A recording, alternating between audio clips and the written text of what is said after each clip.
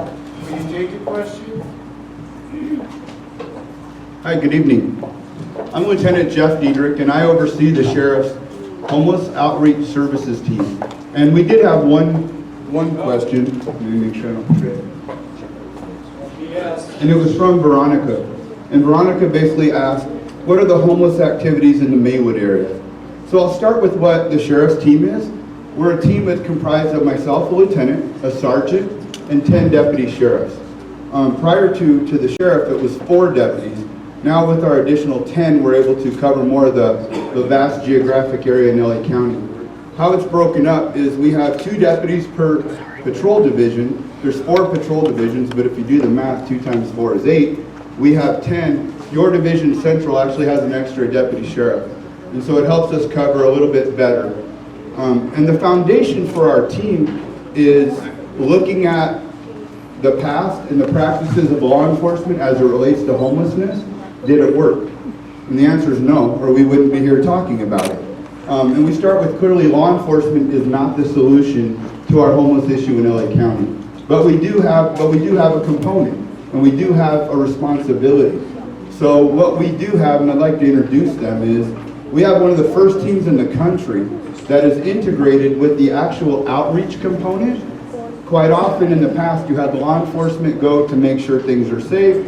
Then you had some sort of outreach come in behind it, and there was a disconnect. Now we are in the same car. We work together. We outreach together. And by combining the public-private partnership, we've really been able to enhance our enforcement efforts and outreach efforts, which help make the community safe. So in the back, you have the outreach team. The supervisor is Kimberly Barnett. Kim, if you'd raise your hand.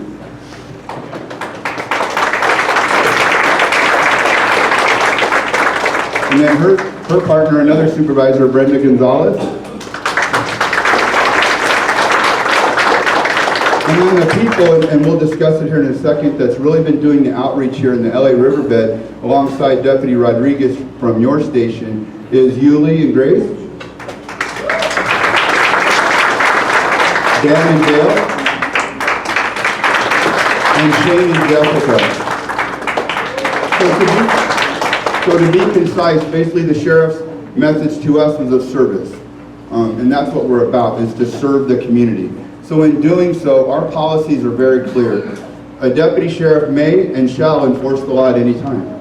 So there's nothing in our policies that restrict a deputy from enforcing the law, but what it also does is it gives deputies the latitude for a low-level act of living, such as a drunk in public. If we have the opportunity to connect that person with one of our heroes from outreach, which then gets that person help instead of going to jail, that's a positive. And we're hoping that with our innovative team, and that we've had unprecedented support from the sheriff, that it actually shows results here. To answer her specific question, I would say the most activity my team does in your area and with Deputy Rodriguez is in the LA River. The homeless encampments that we encounter there seem to take up most of our time here. Now saying that, by issue of those experiencing homelessness in LA County, while we're here we could have another situation pop up somewhere else, but that's the blessing of our system.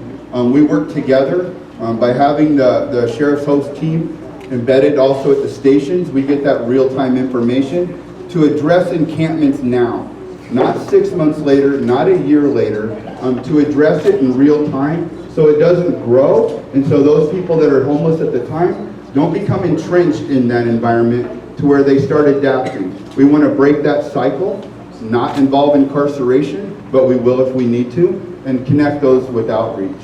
Are most homeless mentally ill? Is that the case? His question was, are most homeless mentally ill? The answer is I don't know. I know that we do encounter a lot of people who are homeless who are mentally ill, and that's where also, under the sheriff's leadership, we've had a change on our department to where our mental health evaluation teams are now in our bureau. We're together. So in addition to my host team, we also have a 2-person mental evaluation team that goes out with us. So we are able to address that on a global level with tools that we didn't have before.